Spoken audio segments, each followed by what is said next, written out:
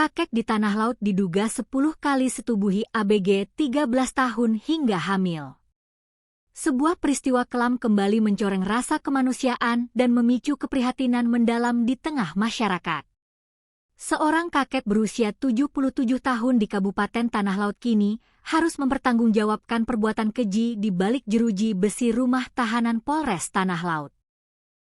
Lansia tersebut diamankan pihak kepolisian setelah diduga kuat melakukan tindak kekerasan seksual terhadap seorang anak perempuan di bawah umur yang baru berusia 13 tahun, hingga mengakibatkan korban kini tengah mengandung dengan usia kehamilan 8 bulan.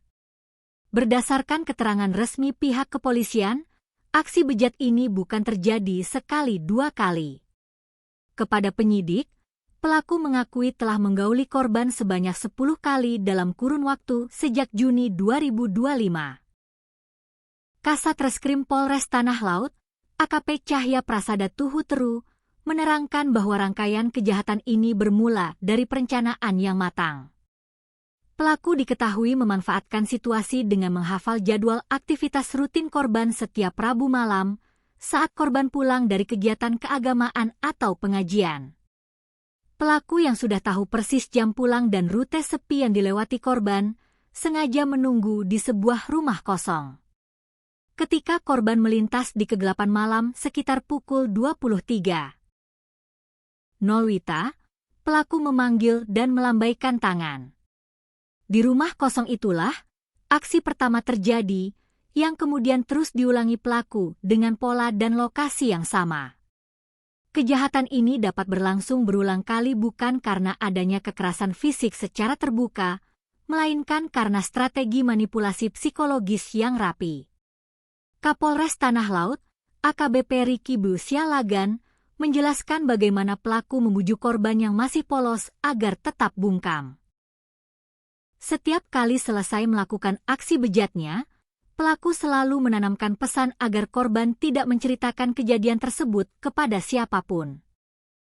Sebagai bentuk perangkap, pelaku memberikan iming-iming uang yang bervariasi sebagai biaya keheningan, mulai dari Rp20.000, Rp50.000, hingga nominal tertinggi mencapai Rp100.000. Jeratan manipulasi inilah yang membuat korban terjebak dalam lingkaran kekerasan tanpa daya untuk bersuara, hingga akhirnya aksi terakhir dilakukan sekitar sepekan sebelum korban jatuh sakit dan harus dilarikan ke rumah sakit di luar daerah Tanah Laut akibat kondisi kehamilannya.